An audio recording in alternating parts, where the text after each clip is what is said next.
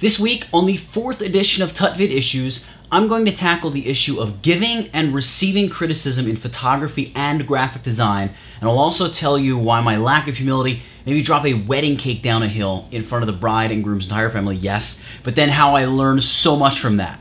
So stay humble, hustle hard.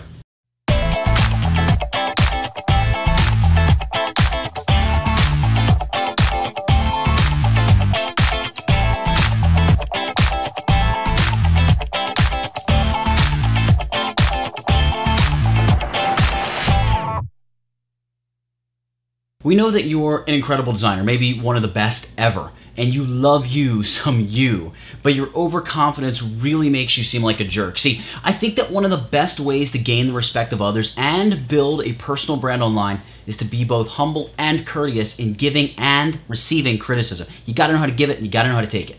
Speaking of criticism, please go check out my weekly podcast that I have with Howard Pinsky of Iceflow Studios. It's called We Geeks Podcast, and you can go check it out over at wegeekspodcast.com for all things tech, photography, design, all that stuff. Anyway, when I first started down my path as a Photoshop user and designer in general, I would post my creations on a few different forums around the web just to get some critique, and it was really painful. This masterpiece that I'd spent hours creating, hoping to impress some of the folks who were really good at Photoshop, was always torn to shreds. I mean, always, just ripped apart. So I learned two things. Number one, people are idiots, really jerks. And number two, you can still learn from them. So it taught me to focus on the content of what was being said and not necessarily the tone in which it was being said. So listen to the content, not the tone. Let me share the story with you.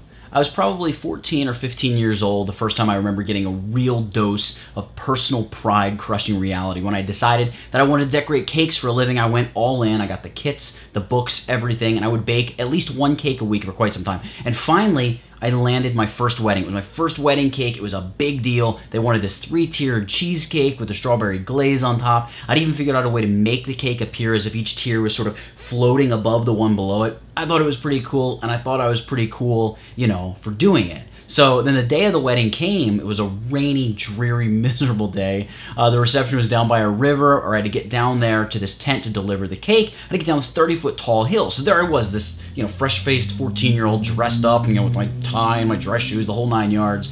I walked toward the hill to go down it, and this girl came over to me and suggested that I take this staircase down instead of just going down the hill. Well, see, I just created this awesome cake, and this girl wasn't going to tell me what to do. I was at that age where everything a girl told me was pretty stupid anyway, so I just couldn't do what she had suggested. Besides, I just made this incredible cake.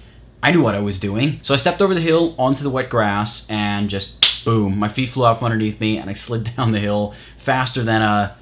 I don't know, I slid down the hill pretty fast. It was a mess. Cake was everywhere, all over my clothing, mud all over the place. I could have avoided it all if I'd just taken, or had been able to take, a little bit of critique on what I was planning to do. That is, listen to what the girl had to say. So looking back on it, it kind of taught me that no matter how great I ever started to think I was, I could still be better. And so can you. Did I want to settle for good, or did I want to become great?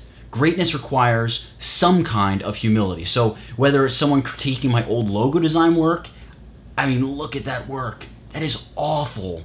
Or you leaving a YouTube comment on any one of my videos and correcting some dumb mistake that I made. I try to take it all and learn from it all. I think that's how you're going to learn more quickly and become a better designer. So we're not always great, but we're always chasing greatness. And if we're chasing greatness, we've always got to be able to learn. So dish out criticism that's easy to take, and take criticism even if it was written by an idiot. So remember, listen to the content, not the tone. So that's it for this one. How do you handle criticism? Do you give it well? Do you suck at taking it? I'd love to hear your thoughts on criticism in general. Hey guys, thanks for watching.